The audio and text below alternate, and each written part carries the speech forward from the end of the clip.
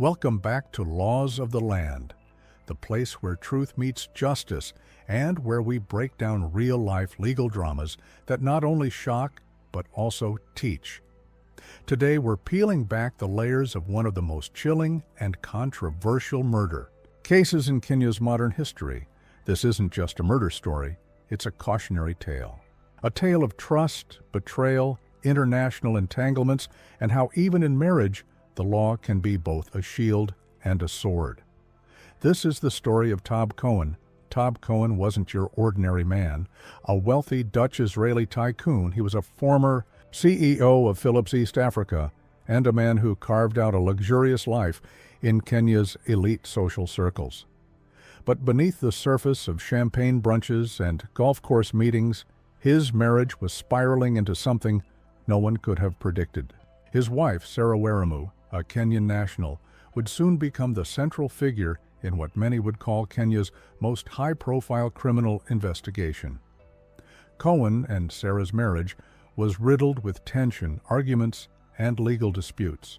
According to reports, Tob had initiated divorce proceedings before his disappearance in July 2019. But the divorce wasn't just a matter of personal separation. It included property battles, allegations of physical and emotional abuse, and deep mistrust. Tob allegedly claimed he feared for his life.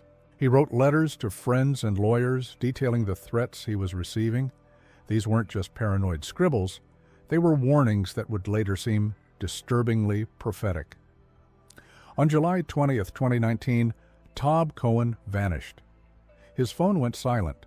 His home, an upscale property in Nairobi's Kitisuru area, became the center of an eerie silence. It would take nearly 2 months before his body was found in a septic tank in his own compound. The discovery shook the nation. Buried in a handmade underground water tank, his body was found bound, blindfolded, and decomposed. The scene was not just gruesome, it was methodical, deliberate. Sarah Weramu was arrested and charged with murder. Her defense? She claimed she was being framed by a powerful network of individuals with vested interests in Tob's wealth and estate. But as evidence mounted, text messages, emails, surveillance footage, her narrative began to unravel. Investigators also pointed fingers at others allegedly involved in a cover-up. This was no ordinary murder. It had the stench of conspiracy. But the most shocking twist came from abroad. Tob's family in the Netherlands and Israel were deeply involved in the case. They demanded justice. They contested Sarah's claims of being the sole beneficiary. They exposed inconsistencies in how his wealth was being managed and challenged legal loopholes that seemed to protect the suspect. This became an international legal showdown. Kenyan courts were suddenly under the watchful eye of the world. Here's where it gets legally fascinating and terrifying. Despite the gravity of the crime, Sarah Weramu was granted bail. The legal system, citing her right to be presumed innocent until proven guilty, allowed her temporary freedom. This decision angered many, especially Cohen's family. They argued that the justice system seemed to prioritize procedure over truth. The caution here? The law can be manipulated, and unless tightly safeguarded, justice can be delayed or denied. Tob Cohen's death sparked a debate about marriage laws in Kenya. What happens when one spouse is foreign, wealthy, and wants out of a marriage that's turning toxic? Are the courts equipped to protect assets, life, and justice when love turns lethal? Cohen had written a will in the Netherlands, but how much weight does a foreign will carry in Kenyan courts? These legal gray areas are where danger festers. Sarah's trial has dragged on, riddled with delays, legal gymnastics, and media manipulation. But even as the courtroom becomes a battleground, the real war is in the public's conscience. Can we trust our spouses?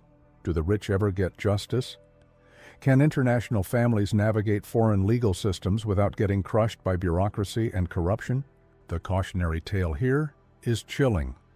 Wealth can't protect you from betrayal. Love can turn into a weapon. And marriage, without legal safeguards, can become a death sentence.